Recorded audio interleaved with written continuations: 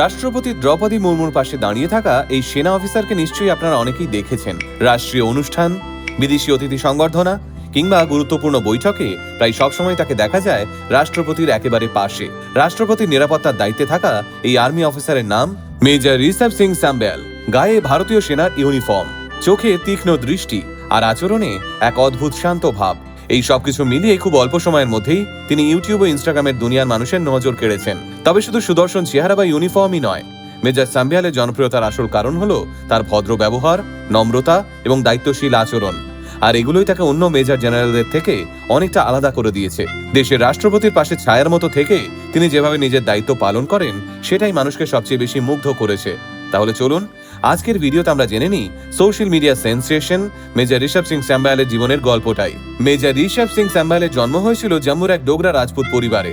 ছোটবেলা থেকে দেশপ্রেম আর শৃঙ্খলার শিক্ষা নিয়ে বড় হয়েছেন ঋষভ। সেই শিক্ষাই তাকে ভারতীয় সেনাবাহিনীতে যোগ দিতে অনুপ্রাণিত করে। বর্তমানে তিনি সেনাবাহিনীর অন্যতম শক্তিশালী ও এলিট ইউনিট 4 প্যারা স্পেশাল ফোর্সেসের একজন গুরুত্বপূর্ণ অফিসার। এই ইউনিট কঠিন ট্রেনিং ও ভয়ঙ্কর অভিযানের জন্য পরিচিত। কিন্তু মেজর ঋষভকে দেখলে তা বোঝার উপায় নেই। তার শান্ত স্বভাব আর মার্জিত আচরণ তাকে আলাদা করে তোলে। তিনি প্রথমবার সাধারণ মানুষের নজরে আসেন 2021 সালে, যখন তিনি ছিলেন ক্যাপ্টেন। সেই বছর দিল্লির রাজপথে প্রজাতন্ত্র দিবসের প্যারেডে তিনি জাট রেজিমেন্টের নেতৃত্ব দিয়েছিলেন। তার সেই অসাধারণ হাঁটার ধরন আর চমৎকার নেতৃত্ব দেখে মুগ্ধ হয়ে গিয়েছিল গোটা ভারত। তাঁর নেতৃত্বেই সেবার জাট রেজিমেন্ট সেরা মার্চিং কন্টিনজেন্টের ট্রফি জিতে নেয়। তখন থেকে সেনার ভিতরে ও বাইরে তার নাম ছড়িয়ে পড়তে শুরু করে। তবে মেজর ঋষভ সিং সাম্যালের আসল পরিচিতি তৈরি হয় তখন, যখন তিনি ভারতের রাষ্ট্রপতির এডিসি হিসেবে নিযুক্ত হন। এই পদটি ভারতের যে কোনো সেনা অফিসারের কাছেই অত্যন্ত সম্মানের। এখন অনেকের মনেই প্রশ্ন জাগতে পারে, এই এডিসি পদটি আসলে কি? খুব সহজ ভাষায় বলতে গেলে ভারতের রাষ্ট্রপতি হলেন দেশের 3 বাহিনীর প্রধান।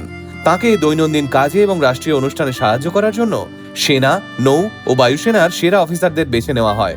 মেজর ঋষভ বর্তমানে সেই গুরুদায়িত্বই পালন করছেন।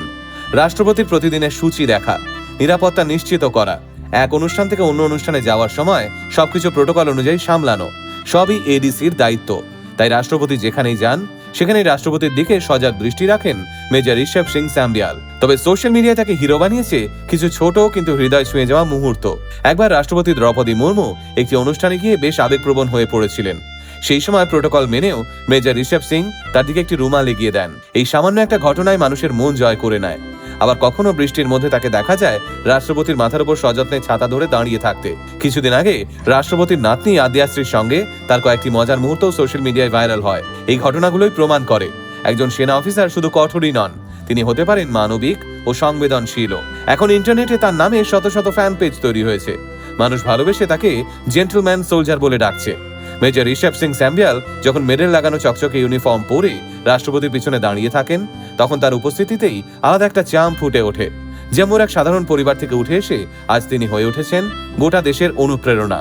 তিনি প্রমাণ করেছেন কঠোর শৃঙ্খলার মধ্যেও মানবিকতা ও সম্মান বজায় রাখা সম্ভব।